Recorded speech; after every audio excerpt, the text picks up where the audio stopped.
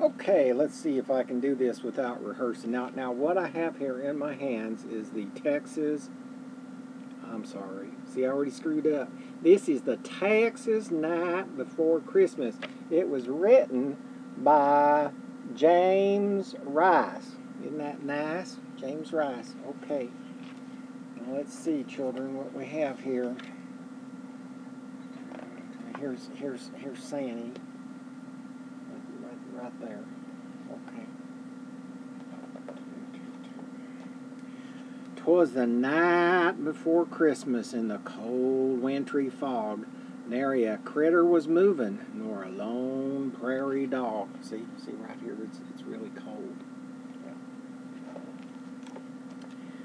Then from out of the north the breeze gave a stir, an icy cold blast swirled the fog in a blur. A blue Texas norther roared over the plains. The cold fairly whistled through the loose window panes. See, it's really cold. See, cold. I poked at the fireplace to stir up a flame. The embers glowed redder, but the cold stayed the same. Ma fixed up our dinner to be ready next day and thought about Christmas a few hours away. Our scuffed boots were assembled on the floor pair by pair, where Santy would find them, for he soon would be there. There's Ma by the fire, the stove, and here I am, I guess, right there. Yeah, that's the fire stirring up a pot of mud. The young'uns were bundled down snug in their covers, a sprout of a girl and her two older brothers. So me and my long johns and Ma in her gown warmed up by the fire before we laid ourselves down. See, they're warming up by the fire.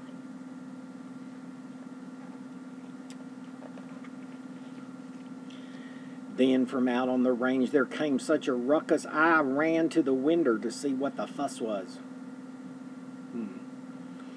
Through the blue winter blizzard a scene came to sight. I squinted to see, for there weren't much light.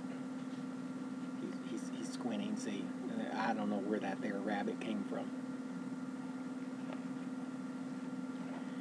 There, stomping and snorting and pawing the ground, were 8 scroungy longhorns stampeding around, in front of a wagon piled full as could be, with boxes and bundles as high as a tree. There it is, see? Then a bellerin' yell soon set them all straight from a fat little old ramrod who put fear in the 8. Well, they weren't really scared. No harm would he cause, for the longhorn head honcho was old Santa Claus. There he is. Uh-oh, where'd he go? There's Santa Claus. Oh, my goodness. He got their attention and called them by name. Hey, Leadfoot and Walleye, get up there, Culhane. Come on, Gimp and Flop Ear and Scarface, start dragging. Get on, Sam and High Hips. Let's move this here wagon. See? The stars at night are big and bright. Old Leadfoot, he bellered and lifted his head. Then straight on they trampled through Ma's flower bed. They laid the gate flat, and the clothesline went too. Nothing stood in their way as they flat-footed through. Higher? There. Okay. The stars at night are big and bright. Santy pulled them up short on top of the roof after wrecking the porch with them clodhopper hoofs. They rocked our sod shanty. The dirt sifted down, and then through the chimney Santy came with a bound. See, Sandy's up on the roof, but he's got problems. Lord, he's got problems. And them longhorns, they just... What a mess. What a disaster. He was dressed all in rawhide with a Stetson on top. His big Texas boots hit the floor with a clop. He shook his great belly and stomped with each foot, which knocked off a shower of mud, ash, and soot. His eyes were both squinty, and his skin was like leather from too much exposure to the raw Texas weather. He looked tough as a horseshoe, but I felt no alarm, 'cause a wink of his eye showed he'd do us no harm. a feed bag of toys he flung from his back, and with nary a word, he opened the sack. Oh, there's the sack.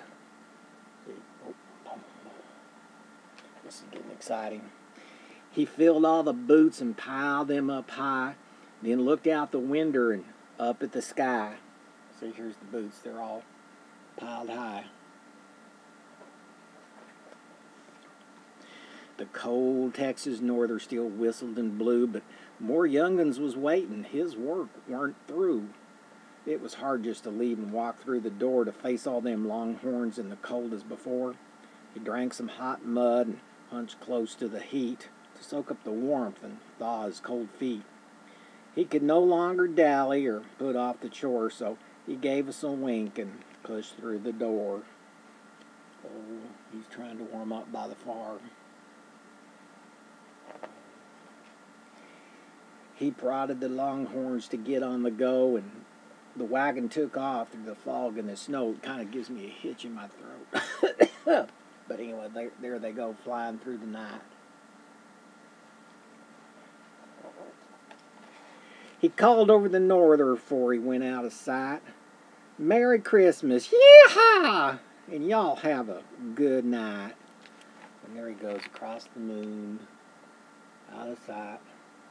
Okay, that there is really the end. See, I'm really at the end. There ain't no more.